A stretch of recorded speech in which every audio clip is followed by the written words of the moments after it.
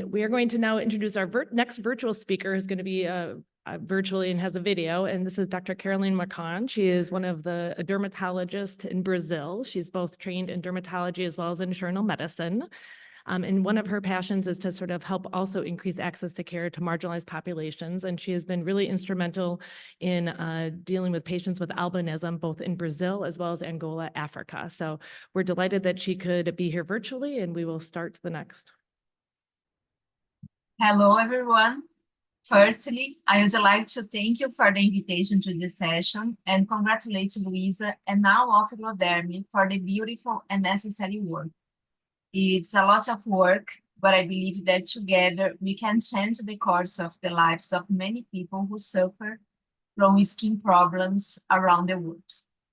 I'm going to talk to you about skincare in albinism and my learnings over these 14 years of working with people with albinism in Brazil and more recently in Africa. Oculocutaneous albinism is a rare genetic disorder characterized by specific changes in the visual apparatus and variable hypopigmentation, triggered by the absence or reduction of melanin production and melanocytes. It is an autosomal recessive disease caused by the complete absence or reduction of melanin biosynthesis in melanocytes. Albinism can occur in syndromic and non-syndromic forms. In syndromic forms of albinism, the main ones being Hermansky-Pudlak and Chidiac-Higashi, in that hypopigmentations and visual changes coexist with more serious pathological changes. Albinism can also present in an exclusively ocular form. In albinism, due to mutations in different genes, we have changes in different pathways of melanin production, including not only conversion, but also maturation, processing, and transport, causing us to have different types of albinism with varied phenotypes. Here, we can see the variability of skin and hair color in different children with albinism. Even within the same genetic mutation, we can have different clinical presentations, as can be seen in the photo of three brothers who have the same father and the same mother. All three have albinism, and the youngest skin and hair color is completely different from the two oldest. Here are some adult women with albinism with great phenotypic variability. And some men, all diagnosed with albinism, but with varying skin and hair color. And what would be the biggest skin problem in albinism? So we have two main types of melanin. L-melanin, which is brown-black melanin with mechanical skin protection and antioxidant action, and phenmelanin, yellow-orange melanin, which has mechanical protective action, but is pro-oxidant, that is, promotes cancer. In albinism, in addition to the amount of melanin being reduced, the melanin, when present, is phenmelanin, which favors cancer.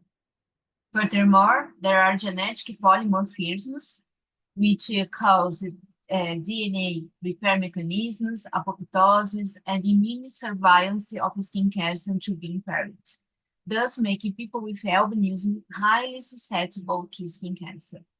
Therefore, people with albinism are mainly predisposed to keratinocyte cancer, including basal cell carcinoma and squamous cell carcinoma, especially in areas exposed to the sun.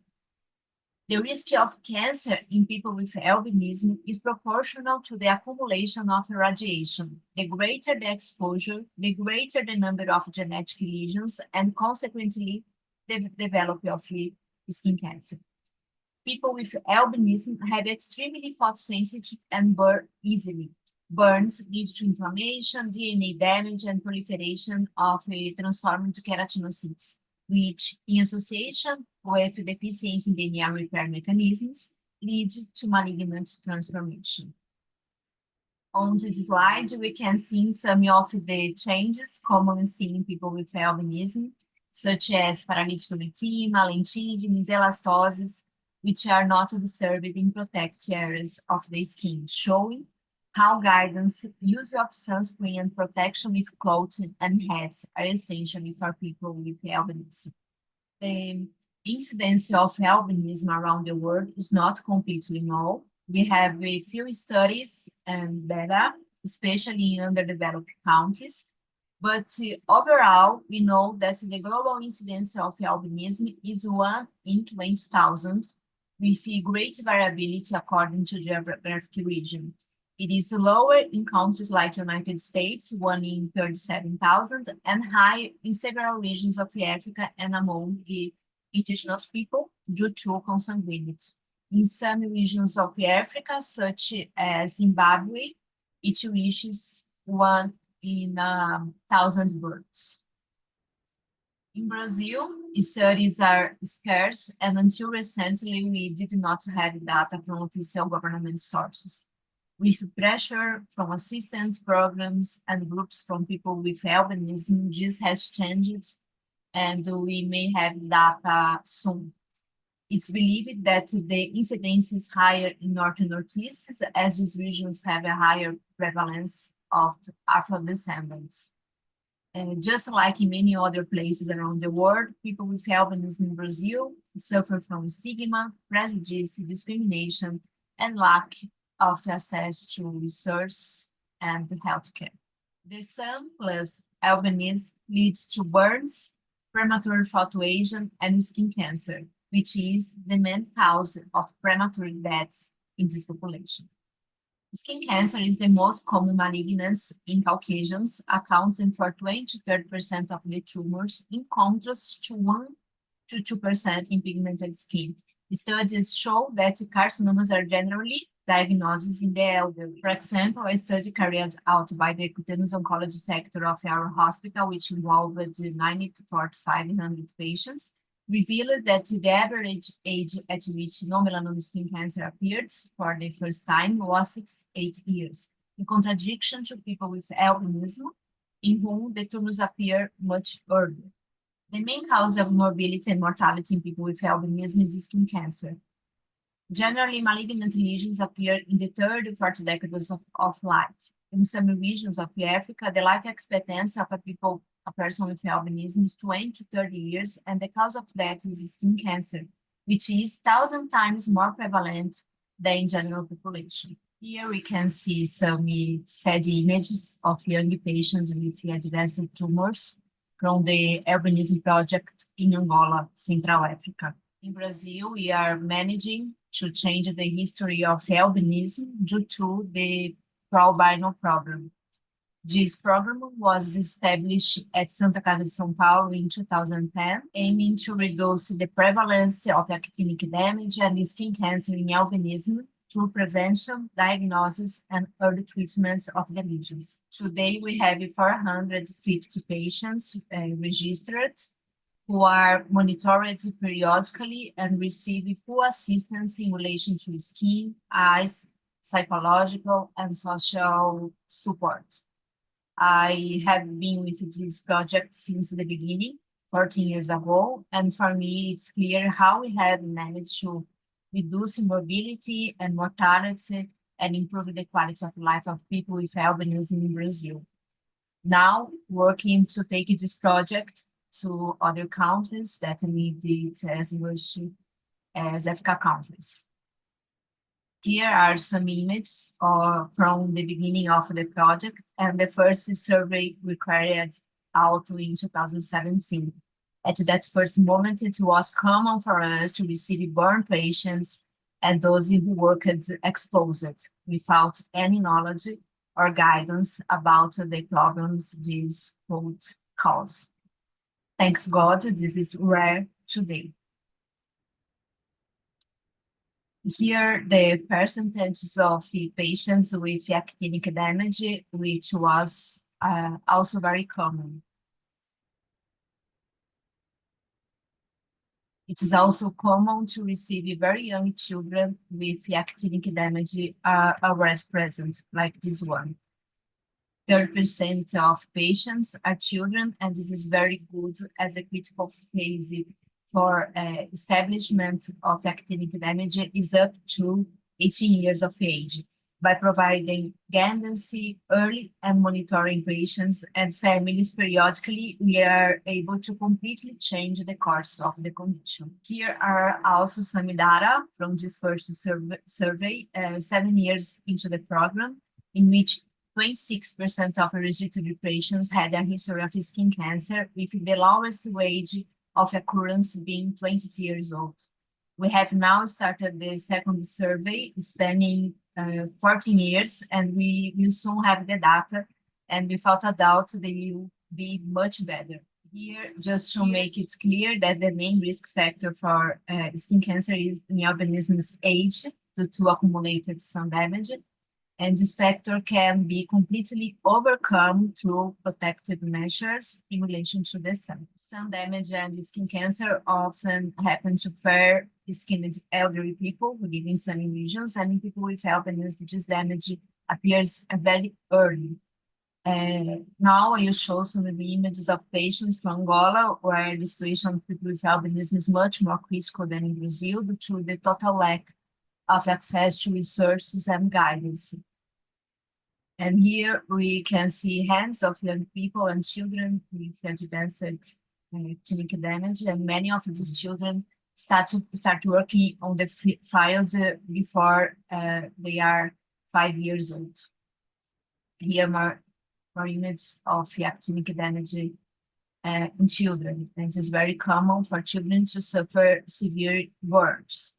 The first time I went to Angola, I saw 67 people with albinism. None of them had heard of sunscreen. They had access for the first time through the NGO I work with. And here are some more children with actinic damage and tumors. And it's really very sad. More images. It's common for families to apply oils and other products to burns due to a lack of guidance, which makes the situation even worse. And here is a 28-year-old patient who has worked on the field since she was 4 years old. You can see the intensity of photoaging and skin cancer in different areas.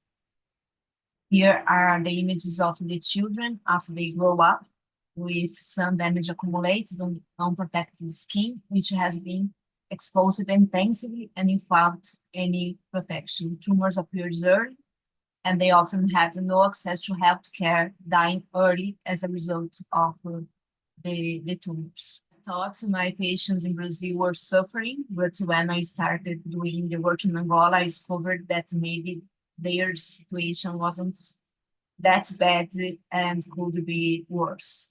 To make matters worse, in Africa, we have several beliefs and superstitions that negatively affects the emotional and life of these patients as a whole. I won't have time to talk about these issues in this class, but it's really sad that these people go through. Here on this slide, we can clearly see the impact of the access to healthcare, the climate, and socioeconomic issues have on people with albinism. The prevalence of skin cancer in European studies groups reaches 0.5%. In Brazil and Africa countries, it's more than 20%. Revealing how we can change the course of the sad situation with dermatological guidance and monitoring. For anyone who wants to know more about albinism and all the issues discussed in this class, I recommend these 2 articles that we published. To conclude and finalize, it's clear that socioeconomic status and the environment conditions have a significant impact on the course of albinism. The morbidity and mortality and quality of life of people with albinism can be completely modified through simple care. guidance, access to healthcare, and support. We dermatologists can have a significant impact on these people's lives. There is an urgent need to develop public policies and assistance programs that can favor them, reducing the morbidity and mortality associated with the condition. Everyone can do their part, and together we can change the lives of these people who are so neglected around the world, especially in underdeveloped countries with hot climates.